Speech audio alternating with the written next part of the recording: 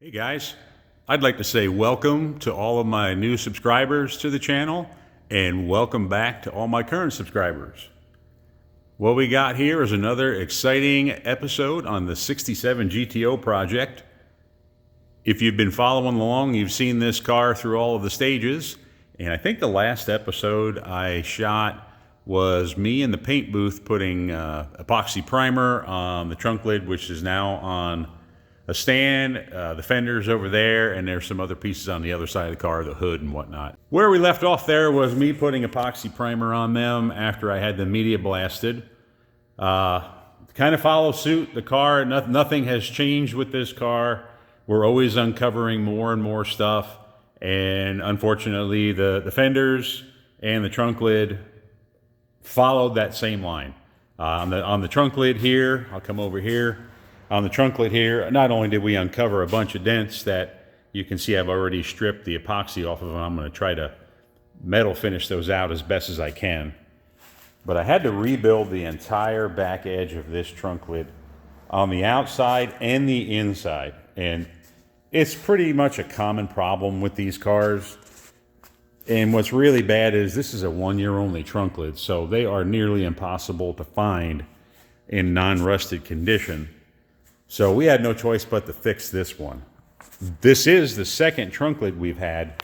The first trunk lid, or let me say the trunk lid that was on the car, when it came in, was so far gone that the understructure would have needed so much fab work, the owner would have had probably $5,000 in a trunk lid with the amount of hours I was going to have in that thing. So I guess you can say he got lucky. We found this trunk lid here and it wasn't that bad, but it was still expensive to repair all of that. Like I said, that whole back edge is all new. And then when I peeled the skin off the outside, I had to replace some structure underneath where it pinches around because it was rotted as well. On the fenders, we uncovered a bit more than we were expecting, but that's all been repaired. It mainly was limited to the lower sections down here. We had to rebuild the bottoms of both fenders. We had some structural issues in the bracing that had to get repaired. Uncovered a bunch of dents. If it shows up on camera here, you might see some pencil marks, and you can probably even see the shadows. But we just uncovered dents, kind of normal. As we go around the car, kind of the same thing on this side. Fender was the same way. Had to rebuild some stuff. This one here actually had gotten damaged. I think I'm on the right side here. Yeah, it got damaged. Something had happened. I don't know. Somebody got crazy with a grinding wheel, but in here there was a huge hole ground into it, and down here as well. This was kind of ground away, just completely through the metal. So we welded all this shut, and it'll just take a little bit of filler. The best part of this whole car, surprisingly, was the hood. And I was super surprised because usually these hoods along this whole front edge and this whole lip here, if I can get the camera here, usually these things have a ton of rot in them. And believe it or not, this thing is clean. So if there's a silver lining in this entire project, you are now looking at it. But back to the car, where we are at. The car itself is sanded down. I'm one grit away from paint on the main body. So that all went really well. I've already pre-fit and marked the trunk. We've got the trunk fitting as good as we're gonna get it. It's actually gonna be a lot nicer than it would have been factory. But again, we're not building a show car here. So what you will notice though, is that there's a new set of doors on this car.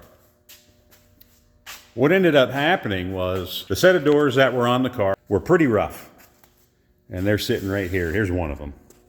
And you can see, oh, maybe it just needs a skin, you might think. But then you start looking and you can see there's a lot of rust to the understructure. And as we go around this and we start moving forward, you can start to see that there's a lot of rust. And this is just completely ate away everything in here. So we have inner structure that's completely gone. And then we have support structure in here that's just completely wasted. So this door, for all intents and purposes, would not be feasible to repair unless we had no other choice. The door for the other side, this is the driver's door. The passenger door was just about the same. So like we ran into with the trunk lid, we knew these doors were going to be kind of rough. So we went and found another set of doors. They're sitting outside, started digging into those doors, and we pretty much started finding the same exact problem.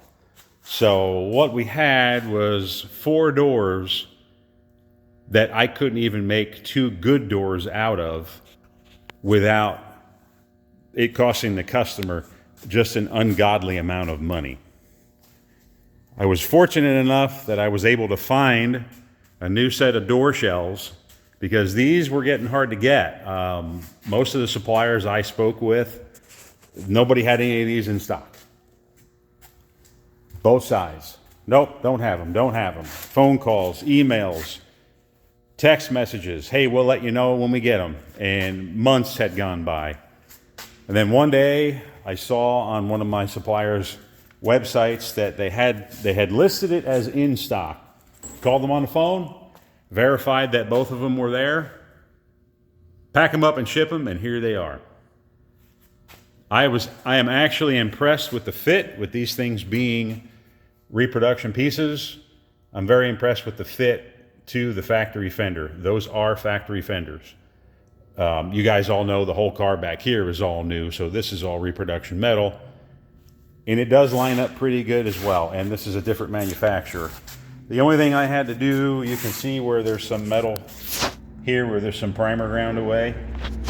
I actually had to add some metal in here just to get the gap even. I'm going to have to add a little bit on the other side at the very top, but overall, quite impressed with the fit. Another thing to keep in mind, if you guys, or for you guys that are doing this at home, I find this with pretty much all of the reproduction door shells that they sell. They do not weld the skin to the inner shell. At least none of the ones I've been purchasing. They're just pinched over and left alone. And I'll show you here. I've already put some welds on here. You can see. I'll eventually go around and I will put tacks all the way around. Once this door comes back off, I'll go all the way around all 3 sides. And then I'll also verify that up in here everything is welded, because I have run into situations where sometimes the aftermarket, especially up in the front area here, they forget to weld things, and then these doors really move. Now, there is a benefit to these doors not being welded to the skin. The inner shell, I should say, not being welded to the skin. When you get the door and it doesn't fit right, you can actually just grab the door and twist it, and the inner shell and the skin can move separately. I had to do that on both of these doors just to get them to line up nicely with the rocker panel, and that's all I really had to do. Other than the metal work, like I showed you here, I had to add some material here. Go around to the other side real quick and I'll show you the spot on the other side. It's a pretty easy fix. I really just need to add a tiny bit of metal. If you look at the very top, if the camera picks it up, kind of in between here, the shapes don't match exactly. So I'll be putting a little bit of weld on there, try to get that to line up, but the rest, for all intents and purposes, lines up very well, lines up great with the rocker panel, and actually lines up pretty darn good with the factory fender. Not bad at all. Again, for dealing with a brand new part and a 57-year-old part, that's pretty good. So I have been impressed with some of the quality of the reproduction parts on this car. Usually, I'm not that impressed, because usually you have to do a ton of work. Now, this car was a ton of work, but it wasn't because panels just didn't fit. Other than the wheelhouses, if you go back in the episodes, you'll see the problems we had with these wheelhouses back here. But we got that fixed. Same issue with the rear trunk drops. We got all that fixed. We got it taken care of relatively quickly without costing the customer too much money. But that's kind of where we're at. What I'm going to be doing next, as I mentioned, the body has been sanded down to, I believe I've got this sanded down to 320. So I just have to sand this down to 400.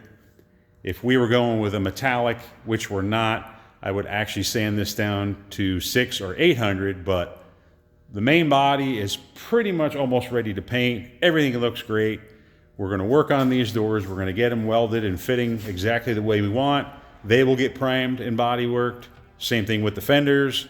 And as I mentioned at the beginning of the video, I'll be working on this trunk lid here, trying to get these massive dents. Somebody must have dropped something on this because these are deep. I don't know if the camera picks it up, but these are pretty deep. That one there is just, that metal is so stretched, I'll probably have to do a cut and pull that back because I can't get to it from the backside to shrink it down. So anyway, that's kind of where we're at. We're getting real close to paint here. The car has fought us the whole way, but we've never given up. The customer's still with us too, so hopefully we can get this thing done, see it through to the end, and you guys all get to see this car all finished up. So like I always say, if you have any questions, any comments you want to make, go ahead, throw them on there. I try to get back to everybody if I can. Blessed to be busy in the shop, so if I don't get back to you right away, just be patient, I will. So stay tuned for more. Thanks for watching, guys.